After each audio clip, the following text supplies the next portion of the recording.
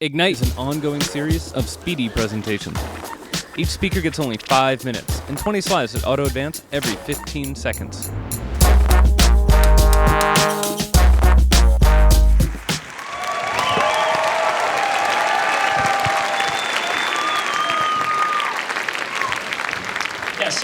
My name is Matthew Inman, and I run the Oatmeal. My site is almost a year old. It'll be a year old in a couple weeks, and it gets just under almost 5 million unique visitors a month. So today I'm going to give you guys some examples. I'm going to run through all the stuff that I've created, a bunch of it, and talk about why, and hopefully inspire you. So oftentimes what I'll do is I'll pick a topic that we've all got a gripe with. In this case, printers. Printers are kind of like the autistic stepchild of the computer. Like, they're the same, and they're just as crappy as they were in 1995. So I'll find that common gripe, and I'll write about it. Other times, I'll pick things that everyone can relate to. In this case, how many 5-year-olds could you take in a fight? And I'll make a quiz about it, because when you hear this question, the first thing you think is, how many could I take? I mean, you may think that's sick and weird, but at the same time, how many could I take? Anybody who's ever had a cat, you may have suspected that's plotting to kill you. So I'll pick things that I think cat lovers think about, in which I used to have cats and we used to think about, that they're actually out to get you. So this seems to do really well. So pick things that everyone can relate to. How long could you survive chained to a bunk bed with a velociraptor? What was awesome about this was an SEO play, and this got my website ranking. So if you Googled bunk beds, this showed up first, and we turned it into a store. So we sold bunk beds courtesy of a dinosaur, and our whole business was built on it. I used to be a web designer, and this was one of my favorite comics because I suffered as a web designer, dealing with clients, dealing with that nightmare hole that you get sucked into. So I felt like a lot of people shared my suffering, so I decided to make a comic about it. Again, picking that one gripe, that thing that resonates with people. I used to own an online dating website, and I created a fake dating site to market it called Zombie Harmony. And what was funny was, for a while, if you Googled certain dating-related keywords, this showed up before eHarmony, before Match. It was actually outranking them. So a fake dating site, it shows you the power of viral marketing. It's really cool right now what you can do.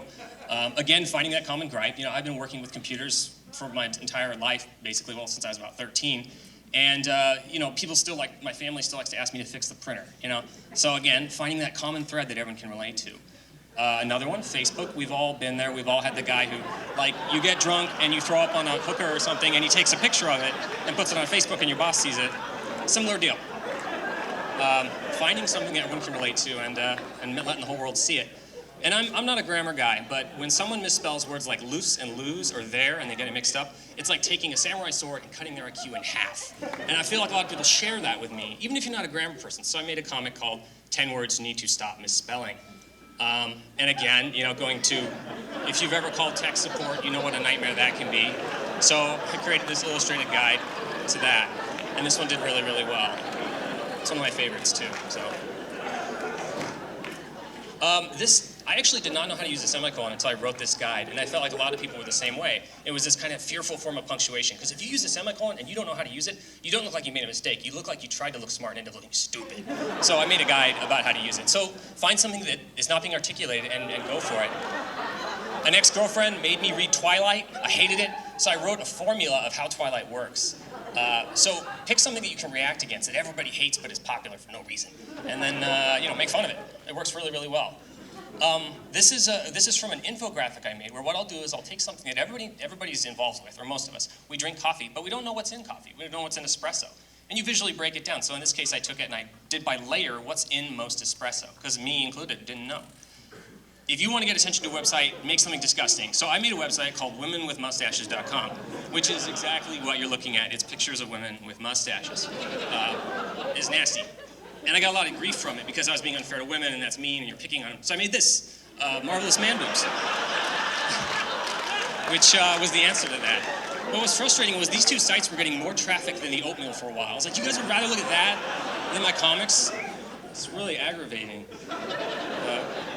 Titling is important. If you make things like this, little viral attractions, this title, for example, 6 Reasons Bacon is Better Than True Love, the title itself is kind of funny. So it's engaging, and when you see it, you know, I want to read that. I can get through it in a couple minutes. It's not going to be a lengthy article. So learn to write things that kind of grab people. This is from Types of Crappy Hugs. I'm a terrible hugger, and I've received some horrible hugs. So I made a comic about.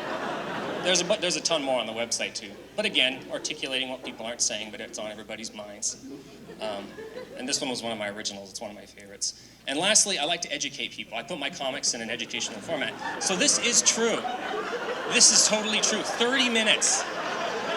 Unbelievable. When I die and come back, I want to be a pig. So, thank you. My name is Matthew Inman, and my website's The Oatmeal. So, thanks a lot.